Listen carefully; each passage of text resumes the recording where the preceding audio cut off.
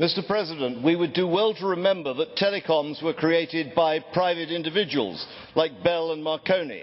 The World Wide Web was invented by Tim Berners-Lee and presented by him as a great gift to society at large. These developments were not invented by governments or regulators, still less by the European institutions.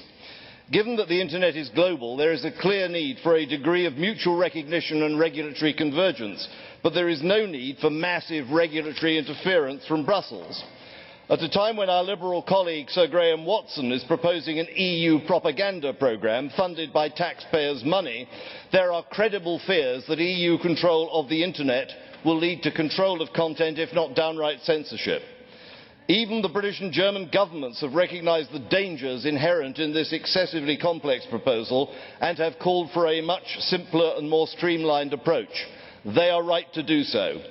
Colleagues, if the answer is more heavy-handed EU regulation, then we're asking the wrong question.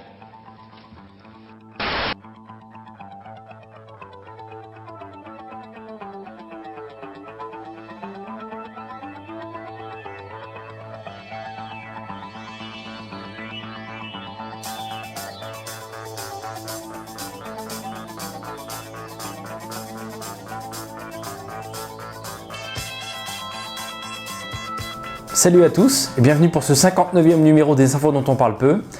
On va passer au sommaire de ce numéro. Alors on va parler d'infos internationales, on va parler encore une fois de l'Ukraine, on va revenir là-dessus puisqu'il y a encore de nombreuses informations cette semaine. On parlera aussi de l'Asie, de la Chine et des Corées, puisque entre les deux Corées apparemment il y aurait des tirs. On parlera ensuite d'économie, on va parler de l'Europe où il y aurait un quantitative easing en préparation. L'Espagne également, puisque là-bas ça commence à gronder, et on terminera avec les infos santé-environnement où on reparlera des usines de déchets nucléaires. Voilà, attachez vos ceintures et on y va. On attaque la partie internationale donc, et on attaque par l'Ukraine comme promis. Alors beaucoup d'informations cette semaine encore. On va démarrer avec l'ONU qui a rejeté le référendum de Crimée. L'Assemblée nationale des Nations Unies a adopté le 27 mars dernier une résolution dénonçant le référendum en Crimée sur le rattachement de la péninsule à la Russie, estimant qu'il n'avait aucune validité. La résolution a recueilli 100 voix pour, 11 voix contre et 58 abstentions sur les 193 États membres. Un certain nombre de pays n'ont pas pris part au vote. De son côté, l'OTAN n'est pas en reste. L'OTAN a suspendu la coopération civile et militaire avec la Russie. L'Alliance Atlantique a réaffirmé son soutien à Kiev, soumis à de nouvelles pressions économiques de Moscou. Alors en effet, Moscou a sonné l'arrêt de la récréation. Cette fois-ci, on arrête de rigoler, puisqu'ils ont augmenté le prix du gaz pour l'Ukraine. Le russe Gazprom a augmenté le prix du gaz vendu à l'Ukraine de 268,5 à 385,5 $ pour 1000 m3. Voilà ce qu'a annoncé le PDG du groupe, Alexei Miller. Je cite: « En vertu du contrat en vigueur, le prix du gaz livré à l'Ukraine s'établira au deuxième trimestre à 385,5 $. Le rabais octroyé en décembre n'est plus de mise, la partie ukrainienne n'ayant pas honoré ses engagements visant à rembourser la dette pour le gaz livré en 2013. » Fin de citation. Alors selon lui, le montant total de la dette accumulée de Kiev pour le gaz russe s'élève actuellement à 1711 milliards de dollars.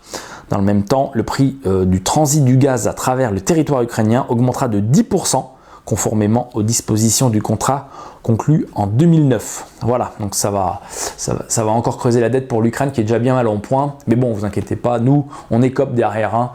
L'Union européenne, on donne de l'argent gratuit. Alors bon, en Ukraine, on prépare la suite des événements. Et la suite des événements, c'est l'élection présidentielle, puisque Yanukovych a été prié de dégager. Donc première information, c'est que l'ancien boxeur Vitaly Klitschko, lui, a renoncé à l'élection présidentielle. Comme c'était prévu d'ailleurs, on l'a entendu d'ailleurs dans la vidéo de Victoria Nuland. Vous pouvez encore la trouver sur internet si vous ne l'avez pas vue.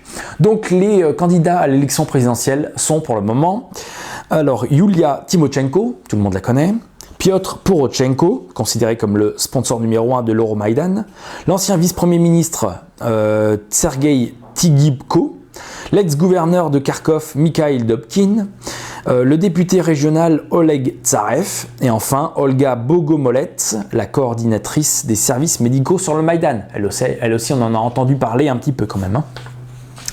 On continue avec les informations sur l'Ukraine et une des informations principales de cette semaine, c'est que l'Ukraine commence à montrer les dents face à Moscou, hein, puisqu'ils ont déployé des missiles S-300 à la frontière avec la Russie. Donc l'armée ukrainienne a déployé ces missiles S-300. Les missiles S-300, c'est quand même des missiles Made in Russia, hein. C'est spécial. Donc il a déployé ces missiles S-300 dans des régions frontalières avec la Russie. Les médias de l'Ukraine ont diffusé des images montrant 2 batteries de missiles S-300 déployées dans des régions forestières près de la frontière avec la Russie. Ces missiles sont dépourvus de couverture, ce qui prouve qu'ils sont prêts à être lancés. Voilà ce qu'a fait savoir le journaliste de la chaîne russe. Ces armes représentent un danger pour les avions civils russes, surtout que l'armée ukrainienne a pris pour cible lors d'un essai militaire en 2001 un avion civil russe, selon les mêmes sources. Voilà. Du côté russe aussi, on montre les dents, puisque pendant que les négociations sont en cours entre le secrétaire d'État américain John Kerry et le ministre russe des Affaires étrangères Sergei Lavrov, pour l'instant c'est pour parler qui n'ont absolument rien donné, hein, faut quand même le dire, eh bien les Russes ont démarré un exercice de simulation de guerre nucléaire. Donc cet exercice doit durer 3 jours et implique 10 000 hommes, 3 unités et 1000 pièces d'équipement. On continue et on va parler de l'Asie donc et des deux Corées, puisque entre les deux Corées, on sait la tension est palpable depuis un certain nombre d'années. Mais là, cette semaine, on a entendu et on a vu que des tirs étaient en cours de part et d'autre de la frontière entre les Coréens. Donc les Coréens du Nord et du Sud ont échangé le lundi 31 mars des tirs près de la frontière maritime disputée, et Séoul a demandé aux habitants des 2 îles voisines de se réfugier dans des abris. Je cite: « Des obus tirés par la Corée du Nord sont tombés de notre contrée de la frontière et nous avons répliqué en ouvrant le feu », a déclaré un porte-parole de l'état-major. Les tirs de part et d'autre ne semblaient pas immédiatement dirigés contre des cibles précises. Pour le moment, les deux parties tirent dans la mer. Voilà ce qu'a ajouté le porte-parole. Autre sujet toujours en Asie, c'est des manifestations à Taïwan, puisque des dizaines de milliers de Taïwanais ont défilé dans les rues de Taipei le 30 mars dernier pour convaincre le président Ma Ying-jeou de retirer son accord commercial controversé avec la Chine, après presque 2 semaines d'occupation du Parlement par des étudiants. Alors, quand on parle de manifestations d'étudiants, ça me fait toujours penser à des révolutions colorées, hein. Donc on va regarder ça de près. On continue et on va parler des diplomates européens postés à Jérusalem, puisque après le rapport la semaine dernière de l'ONU qui déplorait les conditions dans lesquelles les Israéliens traitaient les Palestiniens, on a cette fois-ci les diplomates européens en poste à Jérusalem qui dénoncent dans leur rapport annuel, je cite, « l'accélération sans précédent de la colonisation » intervenue depuis la reprise du processus de paix fin juillet dernier sous le patronage de John Kerry. Entre août 2013 et janvier 2014, les autorités israéliennes ont, selon leurs calculs, donné leur feu vert à la construction d'autant de logements à Jérusalem-Est qu'au cours des 4 années précédentes. Contrairement à ce qu'espérait l'autorité palestinienne, le gouvernement de Benjamin Netanyahou a en effet refusé de geler la colonisation dans les territoires occupés durant la période des négociations. Il s'est en revanche engagé à élargir la libération des prisonniers, 104 prisonniers apparemment, détenus pour des faits commis avant la signature des accords d'Oslo. Or, chacun des 3 premières vagues de libération ont été accompagnés de nouveaux appels d'offres provoquant la colère des Palestiniens. Alors, on peut rajouter que la libération des prisonniers palestiniens s'est arrêtée ces jours-ci. Je vous mets un lien pour que vous voyez par vous-même. On continue, on va parler des États-Unis maintenant, et les États-Unis qui veulent créer une armée de 4000 cybersoldats. La DARPA, Defense Advanced Research Project Agency, indique souhaiter mettre en place un contingent de 4000 soldats formés aux techniques de la cyberguerre. Dans le cadre d'un programme expérimental du nom de Service Academy Cyber Stakes, 50 militaires sont aujourd'hui en cours de formation, rapporte Science Blog. Le mouvement devrait toutefois s'accélérer par la suite, puisque le cap des 4000 cyberfantastiens serait franchi en 2017. Des experts de la sécurité et du hacking sont chargés d'apprendre aux soldats des techniques de rétro-ingénierie sur des applications ou documents, mais aussi des méthodes permettant de trouver des failles dans des logiciels et de les exploiter.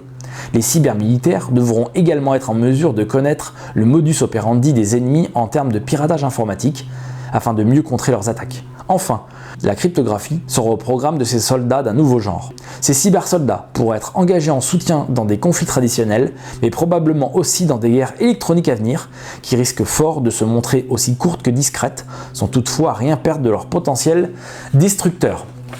On continue avec des révélations aux États-Unis. Alors là, on ne peut pas nous taxer de théorie du complot puisqu'on a les documents. Et les États-Unis qui ont tenté de déstabiliser le gouvernement cubain avec le réseau social Zeno. Des journalistes d'AP à Société de Presse viennent de révéler que l'Agence des États-Unis pour le développement international a secrètement mis au point un réseau social sur l'île dans l'espoir qu'il devienne un jour le Twitter cubain. Le nouvel outil aurait eu pour but final de rassembler une masse importante de jeunes cubains et d'animer des groupes de dissidents afin de déstabiliser le gouvernement communiste. Tout a commencé en 2009, mais s'est arrêté à peine 2 ans plus tard, faute de fonds. Le réseau en question s'appelle Zeno. Ce nom vient de l'argot cubain pour désigner le sifflotement d'un oiseau. Le réseau fonctionne uniquement à base de SMS, mais son principe est celui de Twitter, puisqu'il permet aux utilisateurs de suivre mutuellement, de lire des messages de chacun et même de rejoindre des groupes de discussion. Près de 40 000 Cubains auraient été séduits. Ils n'avaient aucune idée que le réseau social était financé par les États-Unis. Encore moins que les ingénieurs américains à la tête du réseau collectaient leurs données personnelles. Selon les informations d'AP, les Cubains étaient classés dans des catégories selon leurs tendances politiques. D'après l'enquête menée par les journalistes d'Associated Press, donc, le réseau a été créé à partir de sociétés écrans et financé par des banques étrangères. Les utilisateurs n'avaient aucun moyen d'établir un lien avec les États-Unis. Voilà, donc là, pas de théorie du complot, les faits sont là. On continue et on parle du Québec maintenant et 55 000 étudiants qui ont manifesté contre le gouvernement. Le 3 avril, près de 55 000 étudiants se sont mis en grève afin de manifester contre l'austérité du gouvernement du Parti québécois. Quelques milliers de militants se sont réunis dans les rues de Montréal. Ils reprochent entre autres le financement des services publics par le biais de la classe moyenne. Comme les dirigeants n'ont pas divulgué leur itinéraire aux policiers, le service de police de la ville de Montréal a déclaré la manifestation illégale avant même qu'elle ne commence et a procédé à 2 arrestations préventives. Apparemment, il n'y a pas eu de débordement à l'issue de cette manifestation. On passe à une information absolument incroyable, puisque un article du Los Angeles Times a été entièrement rédigé par des ordinateurs. Les algorithmes ont remplacé les journalistes. Alors, bon, quand on allait voir il y a 20 ou 30 ans Terminator, on rigolait bien en disant Skynet, ça n'existera jamais. Mais bon, aujourd'hui, des voitures sont pilotées par ordinateur, les avions par ordinateur, les armes sont de plus en plus supervisées par ordinateur, tout est piloté par ordinateur en fait. Et là maintenant c'est carrément les journalistes, donc c'est vraiment, on se rapproche vraiment de Skynet. Alors bon, si les ordinateurs pouvaient prendre la place d'Élise Lucet, de Jean-Pierre Pernaut et de David Pujadas, bon, j'avoue ça serait quand même une bonne nouvelle. On attaque la partie économie et on démarre par l'Espagne. Beaucoup d'informations sur l'Espagne. Tout d'abord, les entreprises en Espagne ont enregistré en 2013 près de 11 000 dépôts de bilan. Un record historique annoncé la justice espagnole, notant toutefois que ces procédures ont baissé au dernier trimestre pour la première fois en 3 ans. Le déficit public de l'Espagne s'établit à 6,6% du PIB en 2013. Voilà pourquoi ils sont sous surveillance de l'Union européenne. On continue avec l'Espagne. La moitié des offres d'emploi publiées aujourd'hui proposent un salaire de 1 000 € ou moins. Conséquence, le nombre de miloritas, c'est un néologisme inventé au milieu des années 2000 pour qualifier les Espagnols déclassés, condamnés à vivre avec seulement 1 000 € malgré des diplômes et des expériences professionnelles.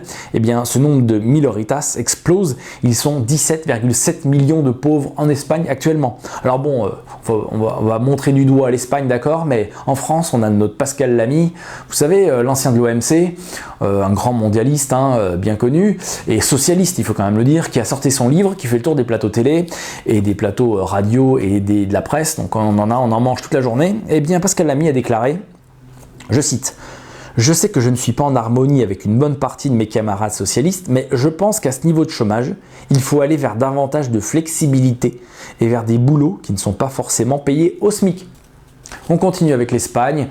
Et après les manifestations qui ont eu lieu, une manifestation monstre qui ont eu lieu à Madrid la semaine dernière, on a vu des images de débordements assez violents. Et bien cette semaine encore, les Espagnols sont descendus dans la rue, cette fois-ci à Barcelone, pour se mobiliser contre la politique d'austérité du gouvernement Rajoy. Donc des milliers de manifestants ont défilé à Barcelone, ça a provoqué encore quelques débordements. On continue et on va parler maintenant de la Grèce. C'est la Grèce qui est priée de vendre tous ses bijoux de famille. Sous la pression de la Troïka, l'État grec accélère le processus de vente des actifs publics pour rembourser ses dettes colossales. La mise en vente récente de biens dans le quartier qui entoure l'acropole est symbolique de la faillite du pays. La précipitation avec laquelle ces biens sont vendus, sans la moindre stratégie commune entre l'État et les investisseurs contre leur mise à prix, soulève de sérieuses questions sur leur véritable valeur. On se demande si ces biens ne sont pas délibérément vendus à bas prix pour accélérer le processus de privatisation.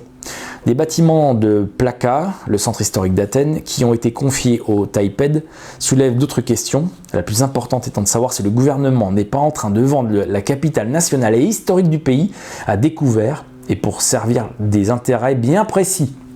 Alors bon, je croyais qu'on avait, il y a 4 ans à peu près, on avait fait un rabais sur la dette grecque, je croyais que tout allait beaucoup mieux là-bas, mais non, apparemment, il faut continuer à vendre, et là, on attaque l'acropole, ça devient sérieux. Hein.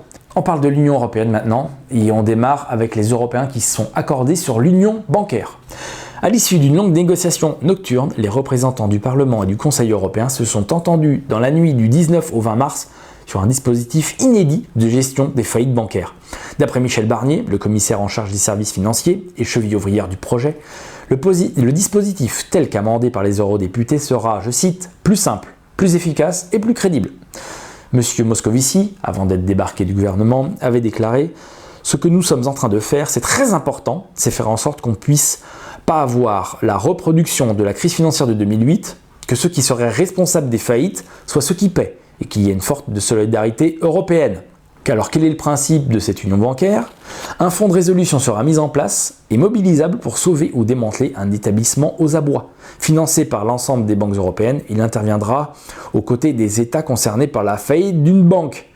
Au final, il a été convenu de raccourcir à 8 ans, et non plus 10, la montée en puissance de l'intervention de ce fonds de résolution, c'est-à-dire que sa prise en charge des faillites progressives sera maximale au bout de 8 ans. On continue avec l'Union européenne, on va parler du quantitative easing qui est envisagé. Alors, le président de la Bundesbank, Jens Wehmann, n'a pas exclu dans une interview au site américain d'information financière MNI un quantitative easing, autrement dit une politique de création monétaire massive en Europe. Après 5 mois d'immobilisme, l'institution monétaire de Francfort semble prendre conscience du risque que fait peser sur la zone euro le processus accéléré de désinflation. Alors là, je vous invite à aller voir le document qui est sorti il n'y a pas très longtemps, qui s'appelle Dette, crise, chômage, qui crée l'argent. Ça va vous donner un certain nombre d'informations qui vous permettront de comprendre le fonctionnement de l'argent et qui crée l'argent. D'accord ? Avant de passer à l'action, le président de la Bundesbank a posé certaines conditions. Je cite, « Les mesures non conventionnelles sont un territoire largement inexploré. Cela signifie que nous devons avoir une discussion sur leur efficacité, sur leurs coûts et sur leurs effets secondaires. » Et il continue, en particulier, il insiste sur l'impossibilité, inscrite dans les traités, de financer directement les États. Ah oui, parce qu'il faut savoir que ça, c'est interdit par le traité européen, hein, interdit de financer directement les États. Donc la Banque européenne devrait prêter aux différentes banques qui elles-mêmes devraient prêter aux États. Donc c'est le système actuel. Donc quel est l'intérêt de voir la Banque européenne prêter à 0% aux banques et que les banques nous prêtent à 2-3% comme c'est le cas aujourd'hui?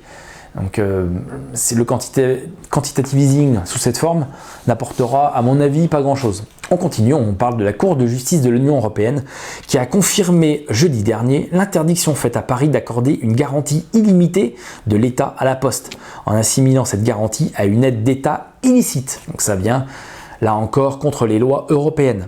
Cette décision pourrait être lourde de conséquences pour les établissements publics à caractère industriel et commercial comme la SNCF, la RATP, mais aussi l'Opéra de Paris et la Comédie Française et remettre en cause leur financement. Là encore, on perd notre légitimité, on perd notre souveraineté nationale, l'État n'a pas le droit de venir en aide ou de sponsoriser ces entreprises-là.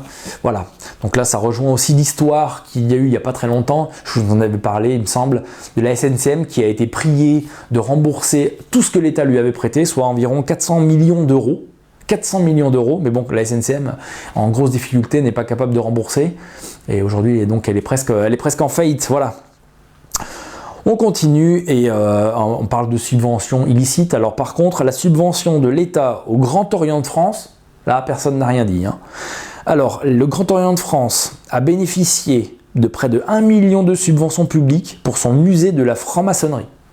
Ainsi, la région Île-de-France a versé une subvention de 304 898 euros pour rénover le musée.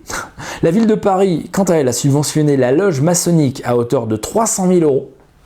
Et la direction régionale adjointe des affaires culturelles d'Île-de-France a également versé 305 000 € d'aide. Soit au total, on arrive à 909 898 000 € de subventions publiques pour le Grand Orient de France. Voilà, je vous mets les liens, vous pouvez les vérifier par vous-même, bien sûr. Un petit mot sur le Japon, puisque la demande d'or au Japon a augmenté de 225%. Au Japon, face à la déflation de leur monnaie provoquée par la politique du gouvernement de Shinzo Abe, n'oublions pas que la politique, c'est la politique de quantitative easing, les Japonais, habituellement peu demandeurs du métaux précieux, se sont tournés vers l'or. La demande a augmenté de 225% en 2013. Une telle augmentation s'explique par un changement d'attitude vis-à-vis des lingots et pièces d'or, alors que le yen s'est dévalué de près de 30% depuis 2012. Les Japonais, encore majoritairement vendeurs il y a peu, préfèrent acheter, plus 3,6 tonnes d'or en 2013, pour la première fois depuis 2005. On termine ces infos économiques avec la Corée du Sud, qui a entamé ses pourparlers sur le traité transpacifique avec les États-Unis. La Corée du Sud a débuté le 3 avril à Washington la deuxième session de négociation en vue de sa participation à l'accord de libre-échange du partenariat transpacifique. Les pourparlers à Washington seront suivis d'une réunion le 7 avril prochain avec des responsables canadiens à Ottawa. Et la première session de négociation avec les 12 pays membres du traité transpacifique s'est achevée le mois dernier. On attaque la partie santé-environnement et on démarre avec les médicaments dangereux. Pour la deuxième année, la revue Prescrire publie son bilan des médicaments plus dangereux qu'utiles. Elle recense 68 médicaments commercialisés en France que les patients et les soignants ont intérêt, sans attendre les décisions des autorités, à choisir d'éviter et à préférer des traitements mieux éprouvés. Alors je vous donne bien entendu la liste de tous ces médicaments, je ne peux pas les énumérer là, en lien. On continue et on parle de l'intolérance au gluten qui est en constante augmentation et qui pourrait être à cause de Monsanto. Le nombre de personnes souffrant d'intolérance au gluten augmente constamment. Rien qu'en France, on estime à 500 000 le nombre de personnes atteintes. Selon une étude américaine, ces chiffres pourraient être liés à l'utilisation massive du Roundup de Monsanto. L'intolérance au gluten ou maladie coéliaque toucherait une personne sur 20 en Amérique du Nord et en Europe. Deux scientifiques américains, les professeurs Anthony Samsel et Stephanie Seneff, ont récemment publié les résultats de leurs travaux de recherche sur le cas de l'intolérance au gluten, établissant un rapport entre ceci et le Roundup de Monsanto, le pesticide le plus vendu au monde. La forte augmentation du nombre d'intolérants au gluten serait en effet liée au glyphosate, principal composé actif du Roundup. Voilà ce qu'expliquent les chercheurs dans le journal de la toxicologie interdisciplinaire. On parle maintenant des usines de déchets nucléaires. Alors on en a beaucoup parlé ces dernières semaines. On a parlé de Strasbourg, on a parlé de Bure dans la Meuse, on a parlé de celles aux États-Unis qui fuient, qui sont extrêmement dangereuses. Et bien aujourd'hui, le Conseil d'État a cassé un arrêt de la Cour administrative d'appel de Lyon de juin 2012 qui annulait le permis de construire d'un site de stockage de déchets nucléaires à Saint-Vulbas, dans l'Ain. Voilà ce qu'ont indiqué les avocats en charge du dossier. Dans son arrêt, le Conseil d'État a également condamné une société horticole qui avait attaqué le permis de construire à verser 2 000 € à EDF. L'affaire est donc renvoyée devant la Cour administrative d'appel de Lyon. Je suivrai bien sûr le dossier de très près. EDF avait entamé à l'été 2010 les travaux d'un site de stockage sur le site nucléaire du Bugey appelé Ikeda, installation de conditionnement et d'entreposage des déchets activés. Il devait permettre de stocker une partie des déchets issus de 9 réacteurs EDF en cours de démantèlement en France. Celui de Brénilis, du Bugey 1, de Saint-Laurent, de Chinon et de Crémalville. Dans ce site, unique en France, devaient notamment être entreposés à partir de fin 2013 et début 2014 les déchets nucléaires du réacteur numéro 1 du Bugey, implanté dans les années 60 dans la commune de Saint-Vulbas et à l'arrêt depuis 1994. Selon la nouvelle demande du permis de construire déposée en 2013, le site accueillera également des déchets, environ 1500 tonnes, comparables à ceux produits par les réacteurs en exploitation et actuellement entreposés dans les piscines des centrales françaises. L'installation occupera une surface au sol d'environ 8300 m3 avec une durée prévisionnelle d'exploitation limitée à 50 ans pour accueillir en moyenne 10 convois de déchets par mois. On termine cette vidéo avec l'étude russe qui prouve que la consommation d'OGM pourrait stériliser les êtres humains en 3 générations. Magnifique. Une étude qui, si elle n'est pas étouffée, pourrait avoir un grand impact sur les décisions à prendre à l'avenir. Cette étude, dont les résultats les plus frappants viennent d'être présentés à la presse russe dans le cadre de l'ouverture dans ce pays des journées de défense contre les risques environnementaux. Elle est même évoquée par Jeffrey Smith, fondateur de l'Institute for Responsible Technology aux États-Unis et auteur de référence dans le monde des OGM. Menée conjointement par l'Association nationale pour la sécurité génétique et l'Institut de l'écologie et de l'évolution, cette étude russe a duré 2 ans, avec pour cobaye des hamsters de race Campbell, une race qui possède un taux de reproduction élevé. Ainsi, le docteur Alexei Surov et son équipe ont nourri pendant 2 ans, et d'une manière classique, les petits mammifères, à l'exception près que certains d'entre eux ont été plus ou moins nourris avec du soja OGM, importé d'Europe, et résistant à un herbicide. Au départ, 4 groupes de 5 paires, mâles-femelles, ont été constitués. Le premier a été nourri avec des aliments qui ne contenaient pas de soja. Le second a, quant à lui, suivi un régime alimentaire qui comportait du soja conventionnel. Le troisième a été alimenté avec en complément du soja OGM. Et enfin, le quatrième groupe a eu des plateaux repas dans lesquels la plupart des sojas transgéniques étaient encore plus élevés que ceux du troisième. À la fin de cette première phase, l'ensemble des 4 groupes a eu en tout 140 petits. L'étude s'est poursuivie dans une deuxième phase par la sélection de nouvelles paires issues chacun des premiers groupes. Et dans la logique du déroulement, les nouvelles paires de la deuxième génération ont, elles aussi, eu des petits, créant de fait la troisième et dernière génération de cobayes. Ainsi, il y a eu au final 52 naissances parmi les spécimens de troisième génération qui n'ont pas consommé de soja du tout, 78 parmi ceux qui ont consommé du soja conventionnel. Mais le troisième groupe, qui a été nourri avec du soja OGM, n'a eu que 40 petits, dont 25% sont morts. Et pire, dans le groupe qui a mangé le plus de soja génétiquement modifié, une seule femelle a réussi à donner naissance, soit 16 petits au total, dont 20% sont finalement morts. Ainsi, à la troisième génération, les hamsters qui, pour les besoins de l'étude, ont eu dans leur menu une part importante de soja OGM, n'étaient plus capables de se reproduire. Mais une autre surprise de taille a été observée, certains de ces hamsters issus de la troisième génération se sont retrouvés avec des poils dans la bouche, un phénomène d'une extrême rareté. Voilà, c'est terminé pour cette vidéo. Je vous remercie tous pour votre attention. Merci également à tous ceux qui m'envoient des informations tout au long de la semaine. Un grand merci à tous ceux qui nous aident, qui nous ont fait des dons pour nous soutenir. On va pouvoir encore une fois acheter du matériel. Je vais vous donner rendez-vous la semaine prochaine pour une nouvelle vidéo. Cette semaine, il y aura des comptes rendus de jour de colère, des traductions, des interviews. Donc restez bien informés, restez bien connectés sur la chaîne YouTube de l'Agence Infolibre, sur le site internet de l'Agence Infolibre, agenceinfolibre.fr, la page Facebook, le Twitter, le live stream bien sûr. Voilà. Rendez-vous la semaine prochaine. D'ici là, restez bien informés. À bientôt. Ciao.